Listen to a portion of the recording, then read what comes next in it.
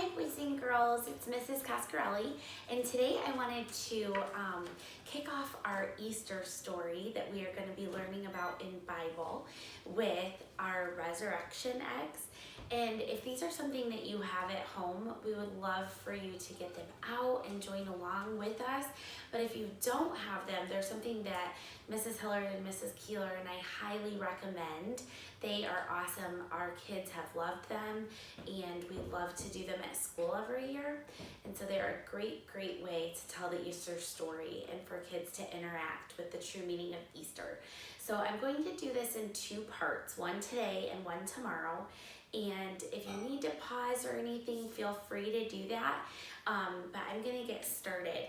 So the first one says, Jesus sent two disciples, saying to them, "Go into the village in front of you, and immediately you will find a donkey tied and a colt with her. Untie them and bring them to me. If anyone says anything to you, you shall say, 'The Lord needs them,' and he will send them at once." The disciples went and did as Jesus had directed them. They brought the donkey and the colt and put on them their cloaks, and he sat on them. Most of the crowd spread their cloaks on the road, and others cut branches from the trees and spread them on the road. And boys and girls, we had made the palm branches, and we were looking so forward to waving them and acting out this story. So I'm excited to share this with you. So the first thing that we're going to do is open our blue egg, and inside we will find a donkey. In Jesus' day, most people walked everywhere. Sometimes kings rode on donkeys or horses when they entered a city. The people would stop what they were doing and watch as the king rode by. On the day that Jesus rode into their city, the people were thrilled to see him. They believed that he was their new king, who had come to save them and to fill their lives with joy. The people showed their happiness by spreading tree branches and coats on the road. This was also their way of showing honor to Jesus, much like we might use a red carpet today. Our second egg says, this is the verse, "Then one of the 12, whose name was Judas Iscariot, went to the chief priests and said, 'What will you give me if I deliver him over to you?' And they paid him 30 pieces of silver. And from that moment, he saw an opportunity to betray him." So boys and girls, this is when it gets a little bit sad. One of Jesus's friends betrayed him. He was not a good friend to him, and he was about to give Jesus over to people who didn't like him. And this is kind of like in our Chronicles of Narnia story, where Edmund reminds us of Judas when he betrayed his brothers and sisters in the book of Narnia. That is to remind us of this real story that happened in the Bible. So let's open our second egg. And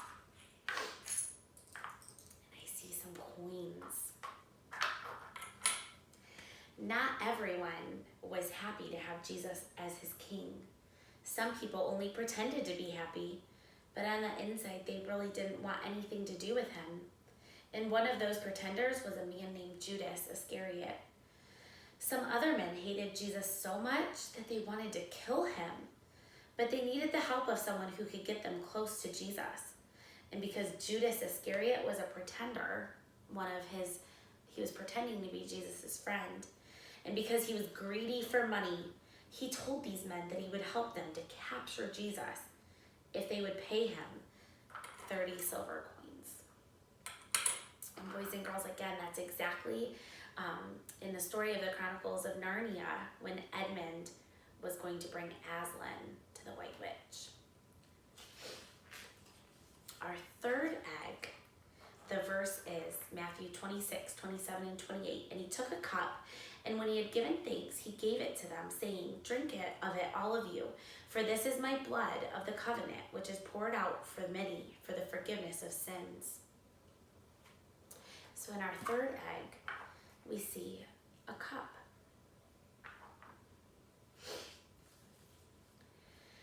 Jesus had a special dinner with his disciples, and you may have heard that called the Last Supper. 12 of his closest friends who had traveled with him and learned about him they had a special meal, and during the meal, Jesus stood up and held up a cup, and he gave everyone a drink. And he said something that was hard for them to understand. He said that the wine in the cup was his blood. He didn't mean that they would actually be drinking his blood, but the wine was a symbol or a picture to remind them of his blood. And he wanted them to remember this special night and the covenant or promise that he was making to them and to all people, because that promise is still for us and for you. Do you know what the promise is? You'll find out as you keep on listening. Our fourth egg. Our verse is Mark 14, 32 and 30 through 34. And they went to a place called Gethsemane, and he said to his disciples, "Sit here while I pray." And he took with him Peter and James and John, and began to be greatly distressed and troubled. And he said to them, "My soul is very sorrowful, even to death. Remain here and watch." So let's look and see what's inside of this egg. It's praying hands. And boys and girls, we know that we can pray to God anytime. But I think it's really neat that Jesus was praying to God in this passage right before he was going to die on the cross for our sins. And I think it's so important that he talked to God, his Father. And let's hear more about his prayer. After dinner with his disciples, Jesus took them to a garden, and he asked them to pray while he went to another place in the garden to talk to God, his Father, alone. He began to be sad and to dread what he knew was going to happen soon. He was going to die. Jesus was willing to die, for he once said, "No one takes my life from me, but I lay it down of my own accord." Because boys and girls, Jesus chose to come because he loves us. You see, one of the remarkable things about Jesus was that, like no one before or since, he was both God and man at the same time. The God part of him was willing to die because of his great love, but the human part of him did not want to experience the great pain that he would surely suffer by dying on a cross. And when you're afraid or sad, you should do just as Jesus did, and that's to pray. And boys and girls, we can tell God anything. We can ask of him anything. We can thank him for good things. And we can share with him when we are scared. Our next egg. The verse is John 19:1. Then Pilate took Jesus and flogged him.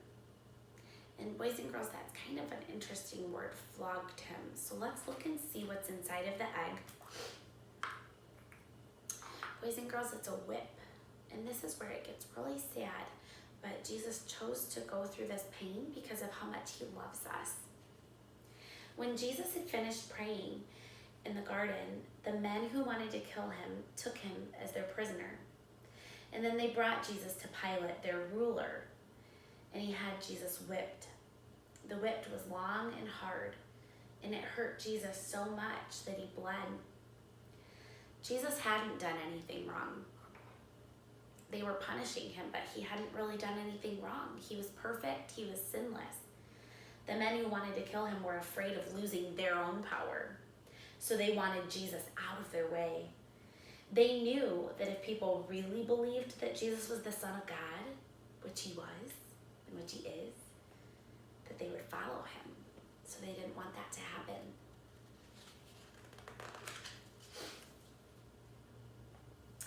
The last egg that we're going to do today is Mark 14:71 through 72.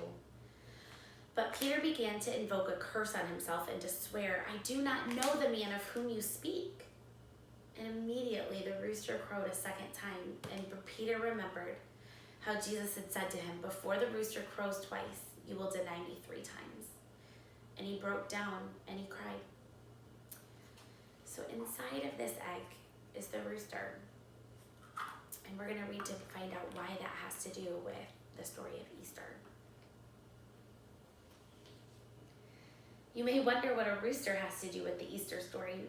For Peter, one of Jesus' disciples, one of his friends, The sound of a rooster crowing triggered great sadness and caused him to cry. And here's what happened. Peter was one of Jesus' closest friends, and he once promised Jesus that no matter how dangerous things might become, that he would always be loyal, which means that he would always be there for him. Jesus could depend on him. But that began to change when Peter realized that those who planned to kill Jesus might want to kill him too. In fact, Peter was so afraid that he denied even knowing Jesus. Just the evening before, when Peter had promised to be loyal, Jesus told him that he would indeed deny knowing him, because Jesus knew what was going to happen. That Peter would say he didn't know him not once, not twice, but 3 times. And in fact, it happened just as Jesus said it would. The rooster was still crowing when Peter remembered what Jesus had said. Before the rooster crows twice, you will deny me 3 times. Peter was so ashamed that he ran away and cried. So, boys and girls, today kind of ends on a sad note that we know that Jesus is about to die on the cross. He's just gone through a lot of pain for us. But boys and girls, we know that this is not the end. We know that we can celebrate Easter because we know that the rest of the story ends good and that Jesus will rise again and that he is alive and that he's in heaven for us right now. And that, boys and girls, if we believe in him, that we will get to go to heaven one day too. And so, boys and girls, I'm going to pray. I'm going to thank God for his love for us. And so I'm going to have you bow your head at your home and we're going to pray together. Dear Jesus, I thank you so much for your love for us. And I just pray that each and every one of these boys and girls will grow up to know you. I pray that they will never remember a day when they didn't know and love you. And I pray that you will always draw them close to you.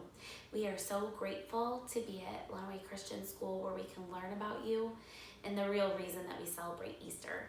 And we know that part of this story is really sad, but we just pray that the boys and girls will understand that you went through all of that pain and all of that suffering because you love us, and we are so grateful for that, and we are excited to hear the exciting ending to this story tomorrow.